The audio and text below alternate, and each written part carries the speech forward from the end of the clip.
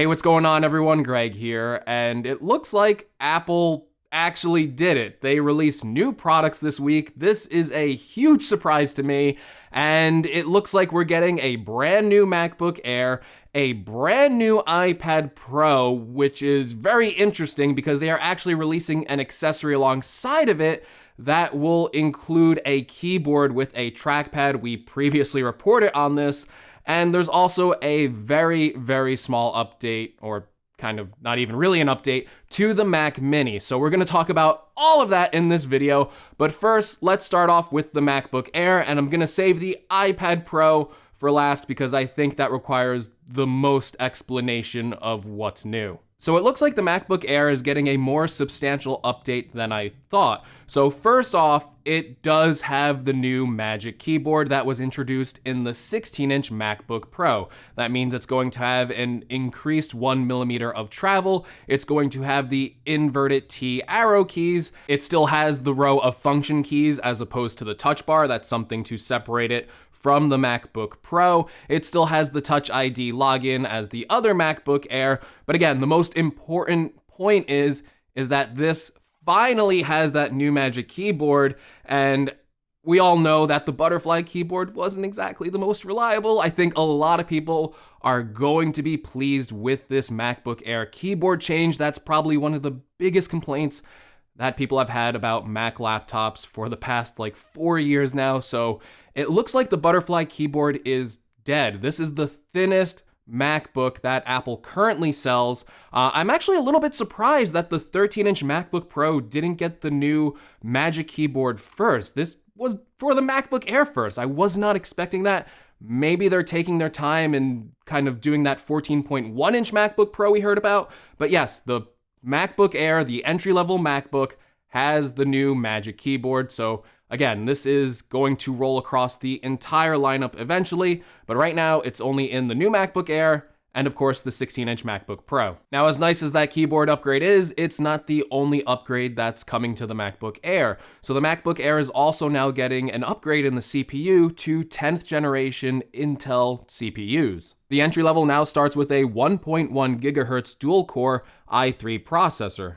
But for the first time ever in a MacBook Air, you can actually upgrade that to a quad-core processor, either at 1.1 gigahertz or 1.2 gigahertz. That is pretty exciting. So now we're getting a MacBook Air with a quad-core processor, and not only that, they're also deciding to upgrade the graphics inside of the MacBook Air to the Intel Iris Plus graphics. Apple is saying that is an 80% increase in the graphics capability of the MacBook Air. If you've watched my channel for a while, you know my traditional buying advice would be to get the 13-inch entry-level MacBook Pro if you're doing any sort of professional work. That includes video editing, photo editing, or if you wanted to play some light games or something like that. The 13-inch entry-level MacBook Pro was a much better option than the old MacBook Air. Now I'm not so sure. I'm really interested to get and test this new MacBook Air with a quad-core processor. I think this is going to be a big enough upgrade for most people that they might want to consider this MacBook Air instead of that entry-level MacBook Pro. Another thing to note with those new graphics is that this MacBook Air will actually be able to support the Apple Pro Display XDR at 6K resolution. It doesn't stop there though. It also looks like we're getting a new 3-mic array, which sounds like the same one that's in the 16-inch MacBook Pro. I'm not exactly sure. They're not pitching it as a studio quality microphone, so I'll have to test that myself. But again, a better microphone and also better stereo speakers. Again, I'm not sure if it's going to be the same quality as the one that's in the 16-inch MacBook Pro, which is very good, but it does look like we're getting audio improvements on the speaker and on the microphone. Now, I'm saving the best for last here about the MacBook Air, and that is that it's getting a price drop. So it's now going to start at $999 or $899 if you're a student, and Apple is doubling the base storage. Thank you. I've been asking this for so long. So every MacBook Air from the starting price comes with a 256 gigabyte hard drive. I think that is a great option for most people. And then if you want to upgrade it to even more, you can go all the way up to a 2 terabyte solid state drive. While we're on Macs, I might as well just mention this before we jump over to the iPad Pro. The Mac Mini got a very, very, very small update where they're upgrading the storage from 128 to 256 gigabytes of storage. So the Mac Mini now starts at $799 with 256 gigabytes of storage. Honestly, I'm pretty disappointed by this news. I thought the Mac Mini was going to be upgraded with new CPUs and the possibility of new graphics. Only getting a storage upgrade, considering this was announced in 2018, is pretty disappointing. But let's move on to something way more exciting, and that is the brand new iPad Pro. We have talked about this iPad Pro on this channel a lot. I actually just released a video the other day talking about this iPad Pro, and it looks like a lot of my predictions were right, and some of them were flat out wrong. So first of all, this iPad Pro is a little bit strange. It's kind of like a minor upgrade with a major upgrade all rolled into one. I say it's a minor upgrade because this isn't even jumping to an A13X CPU. Apple is calling this the A12Z CPU. I am so confused about that naming scheme, but from what I can see, it looks like it's basically going to be the same CPU speed as the A12X, but it's getting a significant jump in the graphics department. Apple's own newsroom press release says that the A12Z Bionic chip is built for the most demanding tasks, like editing 4K video or designing 3D models. Apple also says that this iPad Pro will include an enhanced thermal architecture and tuned performance controllers that will give the iPad Pro even better CPU performance. And listen, I'm gonna be honest with you, that is a lot of marketing speak. So I will have to get this iPad Pro and test this new A12Z chip before I can tell you if it is a significant upgrade to the 2018 iPad Pro. I'm guessing it's going to be very, very minor, considering they're not really giving it a new numbered name. Now, what is getting a significant upgrade is the cameras. So this iPad Pro is going to come with two cameras, a 12 megapixel wide angle camera and a 10 megapixel ultra wide angle camera. If I'm going to make an assumption, I'm going to guess that this camera quality is going to be very similar to the iPhone 11, which has a wide angle lens and an ultra wide angle lens. Now, there's a few things I'm not sure of. Does this iPad Pro get night mode? For my research, I couldn't find anything saying if it does get it or it doesn't get it. And there's some other things I'm just not sure of, like the camera quality. Again, these are things that I'm going to have to test in my full review, but basically it looks like this iPad Pro is intended to be more versatile with those cameras. So you could shoot and edit 4K video straight on one device. That's actually pretty cool. Now you'll notice one thing that in my previous reporting, I said that this iPad Pro is going to get a triple lens camera system. That's what all the renders showed off, but it looks like they got something wrong.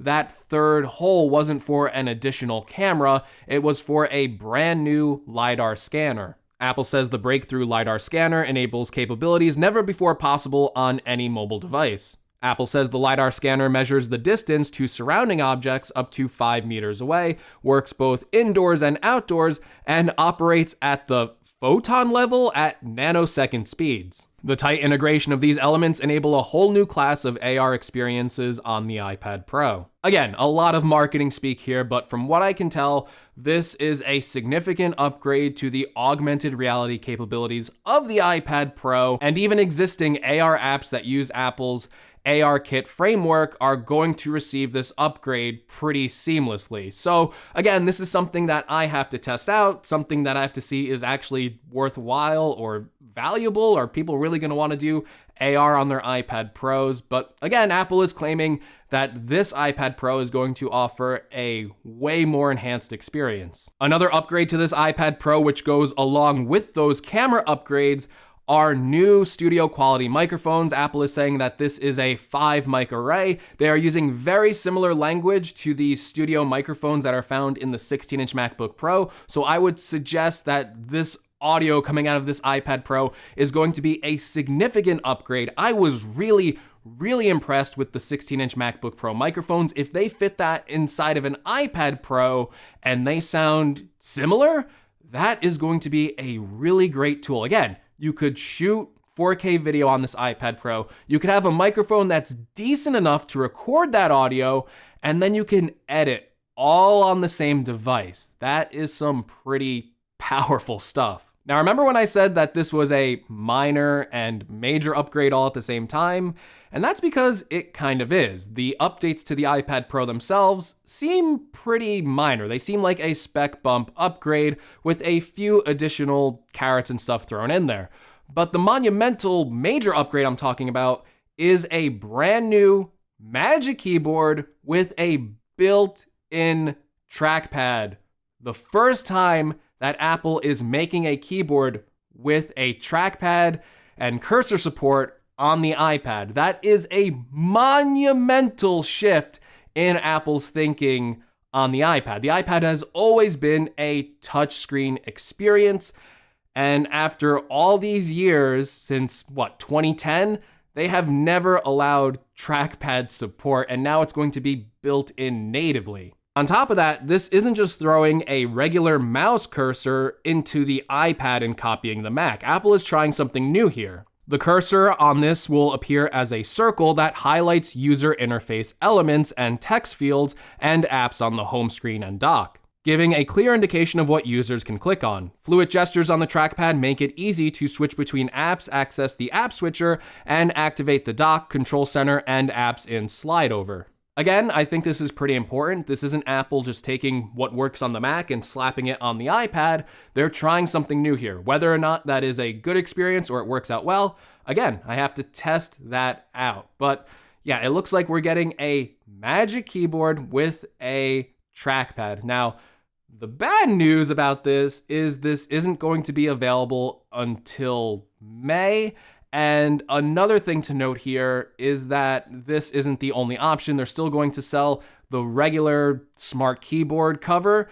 And another thing to note here is that this is a very expensive accessory. It starts at $300 on the 11-inch and $350 for the 12.9-inch. So you could have this Magic Keyboard attached to the smart connector, and then you could plug into that USB-C port on the keyboard to charge your iPad Pro. One other thing to note is that Apple is doubling the storage inside of the base models of the iPad Pro. So now you can get an 11-inch iPad Pro starting at $799, and that comes with 128 gigabytes. The 12.9-inch starts at $999 and comes with 128 gigabytes. And you can upgrade these iPad Pros all the way up to 1 terabyte of storage. Now, I tried my best to give you all the relevant details in this video. It was a lot to cover on very short notice. So what I'm planning to do is actually do 2 separate videos, one covering the MacBook Air and kind of doing a buying advice guide, and the same for these new iPad Pros. So just stay tuned if you're interested in getting even more details and some more buying advice. I will have some new videos up in the next couple of days, so stay tuned for those. But hopefully this video helped you out. Hopefully you learned a lot about these new products because Apple didn't do any sort of event. So hopefully I was able to give you the relevant information. If I did, make sure you like this video if you want to see more from my channel, again, including those dedicated videos on the MacBook Air and iPad Pro. Make sure you're subscribed. If you want to support the channel out in any way, make sure you check out some of the links in the description. And also, let me know, what do you think about the new MacBook Air and this new iPad Pro? I really want to hear your thoughts on it in the comments below. And as always, thank you so much for watching, and I will see you all in the next video. Take care, everyone.